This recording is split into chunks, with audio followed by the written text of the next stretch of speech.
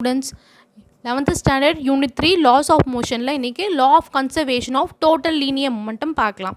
இப்போ ஒரு சிஸ்டம்ல ரெண்டு பார்ட்டிகல்ஸ் கன்சிடர் பண்ணிக்கலாம். Particle 1 particle 2. So particle 1 particle 2 மேலே ஒரு ஃபோர்ஸை எக்ஸர்ட் பண்ணுது. அதே மாதிரி 2 வந்து 1 மேலே ஈக்குவல் அண்ட் ஆப்போசிட் ஃபோர்ஸை எக்ஸர்ட் பண்ணும். இது உங்களுக்கு தெரியும். அதுதான் இங்கே சொல்கிறாங்க. when two particles interact with each other they exerts equal and opposite force on each other. The particle 1 exerts force F21 on particle 2 and particle 2 exerts an exactly equal and opposite force F21 vector on particle 1. According to Newton's third law, இது எப்படி எழுதலாம்? F21 vector is equal to minus F12 vector. Newton second law படி நமக்கு தெரியும் force is equal to rate of change of momentum. So F12 vector is equal to rate of change of momentumனா dp1 vector by dt. இதே மாதிரி F21க்கு நம்ம dp2 by dtன்னு எழுதலாம். So இந்த ரெண்டுத்தையும் இந்த ஈக்குவேஷனில் சப்ஸ்டியூட் பண்ணனா நமக்கு எப்படி கிடைக்கும்? dp1 vector by dt equal to minus of dp2 vector by dt. So இது மைனஸில் இருக்குது. இந்த ரைட் ஹேண்ட் சைடில் இருக்கிறது நம்ம லெஃப்ட் ஹேண்ட் சைடு எடுத்துகிட்டு வந்தால் இது பாசிட்டிவ் ஆகிடும். ஸோ அப்போ என்ன ஆகுதுன்னு பார்க்கலாம். ஸோ இது எப்படி ஆகுது? dp1 vector by dt plus dp2 vector by dt is equal to 0ன்னு ஆகிடுது. நமக்கு இது எப்படி எழுதலாம்? d by dt of p1 vector plus p2 vector. So dt of momentum 1 plus momentum 2 equal to 0. நமக்கு தெரியும் d by dt of anything equal to 0னா அந்த term is equal to constant அர்த்தம். So இது எப்படி எழுதலாம்? It implies that p1 vector plus p2 equal to constant vector always. So p total momentum எப்படி இருக்கும்? is equal to p1 vector plus p2 vector. இப்போ இந்த சிஸ்டமாக எடுத்துக்கிட்டோம்னா ரெண்டு பார்ட்டிகல்ஸ் இருக்கிறது மொமெண்டம் ஆஃப் இது வந்து இந்த பார்ட்டிகல் 1ஓட மொமெண்டம் p1 பார்ட்டிகல் 2ஓட மொமெண்டம் p2. இப்போ இந்த சிஸ்டமில் கன்சிடர் பண்ணிக்கிட்டேன்னா வெளியே இருந்து எந்த ஒரு ஃபோர்ஸும் இது மேலே ஆக்ட் ஆகலை. ஜஸ்ட் பார்ட்டிகல் 1 வந்து ஒரு ஃபோர்ஸை பார்ட்டிகல் 2 மேலே கொடுக்குது. அதே மாதிரி பார்ட்டிகல் 2 ஒரு ஈக்குவல் அண்ட் ஆப்போசிட் ஃபோர்ஸை பார்ட்டிகல் 1 மேலே கொடுக்குது. ஸோ அப்போ மொமெண்டம் வந்து உள்ளவே தான் இருக்குது, கன்சர்வ்டாக இருக்குது.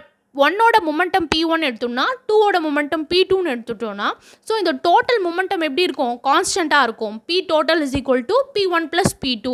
இங்கே வெளியே இருந்து எந்த ஃபோர்ஸும் ஆக்ட் ஆகலை.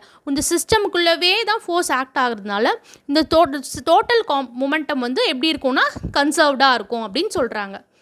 ஸோ நம்ம அது எப்படி சொல்லலாம்? if there are no external forces acting on the system then the total linear momentum of the system p total is always a constant vector. In other words, the total linear momentum of the system is conserved in time. Here the word conserve means that p1 and p2 can vary in such a way that p1 vector plus p2 vector is a constant vector. So இதோட உங்களுக்கு total linear momentum முடியுது. Impulse ஒன்றும் இல்லை. If a very large force acts on an object for a very short duration then the force is called impulsive force or impulse. So ஒரு பெரிய force very large amount of force ஒரு object மேலே ஒரு சின்ன interval short இன்டர்வலில் act ஆச்சுன்னா அந்த மாதிரி force வந்து இம்பல்சிவ் ஃபோர்ஸ் ஆர் இம்பல்ஸ்ன்னு சொல்கிறோம். எக்ஸாம்பிள், ஒரு காரில் நம்ம போயிட்டே இருக்காங்கன்னு வச்சுங்க. அப்போ திடீர்னு ஒரு ஆக்சிடென்ட் நடக்குதுன்னா ஒரு பெரிய ஃபோர்ஸோடு அவங்க முன்னாடி போய் ஹிட் பண்ணிப்பாங்க. ஸோ மொமெண்டம் வந்து அங்கே சேஞ்ச் ஆகும்.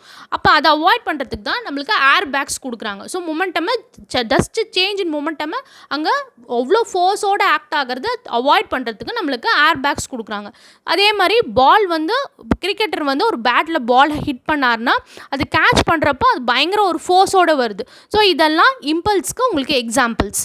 இது இங்கே என்ன சொல்கிறாங்க? if a force F acts on the object in a very short interval of time delta t from Newton's second law F vector is equal to dp vector by dt. So இதை வந்து நம்ம வெக்டராக இல்லாமல் just magnitude எடுத்துக்கணுன்னா cross multiply பண்ணால் எப்படி இருக்கும்? f dt is equal to dp. Just magnitude மட்டும் எடுத்துக்கலாம். இப்போ இதை இன்டெகிரேட் பண்ணோன்னா integrating over time from an initial time ti to a final time tf. So initial time ti final time tfன்னு எடுத்துக்கணும். இந்த ஈக்குவேஷனை இன்டெகிரேட் பண்ணால் நமக்கு எப்படி கிடைக்கும்? Integral of i to f dp is equal to integral of ti to tf f dt அப்படின்னு கிடைக்கும். ஸோ இந்த டிபியை நம்ம இன்டெகிரேட் பண்ணால் நம்மளுக்கு எப்படி கிடைக்கும்? அந்த லிமிட்ஸ் அப்ளை பண்ணால் pf மைனஸ் piன்னு கிடைக்கும். ரைட் ஹேண்ட் சைன் அப்படியே இருக்குது. Equal to integral of ti to tf f dt. இங்கே piன்றது initial momentum. So initial momentum of the object at time ti PF is equal to final momentum of the object at time TF. So இங்கே என்ன momentum final momentumக்கும் initial momentumக்கும் இல்லை difference. So PF minus PI is equal to delta P. So இது என்ன சொல்கிறாங்க, change in momentum of the object during the time interval df to ti is equal to delta t. So இந்த time interval வந்து delta tன்னு எடுத்துக்கிறோம். இதை எப்படி எழுதலாம்னா, இந்த integral ti to tf f dt equal to j. jன்றது ஒன்றும் இல்லை, impulse. j is called the impulse. So இப்போ இங்கே பார்த்தீங்கன்னா integral of ti to tf f dt வந்து pf minus pi. ஸோ இது என்ன சொல்கிறாங்க, j is equal to jன்னு சொல்கிறாங்க. இது pf minus pi change in momentum. அப்படின்னா என்ன அர்த்தம், ரெண்டும் ஈக்குவல். அப்போ சேஞ்ச் இன் மொமெண்டம் தான் இம்பல்ஸ் அப்படின்னு நமக்கு புரியுது. ஸோ சேஞ்ச் இன் மொமெண்டம்னா ஒன்றும் இல்லை, that is impulse. So momentum change ஆனதா அதுதான் நம்ம இம்பல்ஸ்னு சொல்கிறோம். If force is constant over the time interval then integral of DI to DF F DT. இப்போ கான்ஸ்டன்டான ஃபோர்ஸாக இருந்தால் எஃப்எல் கான்ஸ்டண்ட்டாக வச்சுட்டு டிடியை மட்டும் இன்டெகிரேட் பண்ணுவோம்.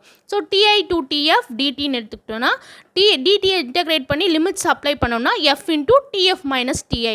நம்ம ஏற்கனவே பார்த்தோம், டிஎஃப் மைனஸ் டிஐ எப்படி எழுதலாம், டெல்டா டின்னு எழுதலாம். ஸோ கான்ஸ்டன்ட் ஃபோர்ஸ்க்கு மொமெண்டம் எப்படி இருக்குது, F delta D. So F delta D is equal to change in momentum, அதாவது இம்பல்ஸ். இந்த ஈக்குவேஷனை என்ன சொல்கிறாங்கன்னா, இது இம்பார்ட்டண்ட்டான ஈக்குவேஷன், இம்பல்ஸ் மொமெண்டம் ஈக்குவேஷன் அப்படின்னு சொல்கிறாங்க. So F delta T equal to delta பின்றது உங்களோட impulse momentum equation. Impulse is a vector quantity and its unit வந்து நியூட்டன் செகண்ட். ஸோ ns ஃபோர்ஸும் டெல்டா டியும் தான் வருது. So newton second. இப்போ பார்த்தீங்கன்னா ஒரு கான்ஸ்டன்ட் ஃபோர்ஸுக்கு கிராஃப் எப்படி இருக்கும், ஒரு வேரியபிள் ஃபோர்ஸாக இருந்தால் அதோட இம்பல்ஸ் கிராஃப் எப்படி இருக்கும் அப்படின்னு வரைஞ்சி காட்டியிருக்காங்க. ஸோ ஃபோர்ஸுக்கும் டைமுக்கும் நம்ம வச்சு ஒரு கிராஃப் வரைஞ்சோன்னா கான்ஸ்டன்ட் ஃபோர்ஸாக இருந்தால் நம்மளுக்கு கிராஃப் இந்த மாதிரி கிடைக்கும். இது வேரியபிளாக இருந்தால் கர்வ் வந்து இந்த மாதிரி கிடைக்கும். இந்த கர்வுக்கு அடியில் இருக்கிற ஏரியா தான் நமக்கு impulse. So area under the graph வந்து இம்பல்ஸை கொடுக்குது நமக்கு. So area under the graph is impulse f delta t. அதே மாதிரி இந்த கர்வோட ஏரியா, இந்த ஏரியா அண்டர் த கிராஃப் வந்து is impulse. So impulse is equal to interval of DI to DF F dt. இதோட உங்களுக்கு இம்பல்ஸ் டாபிக் முடியுது.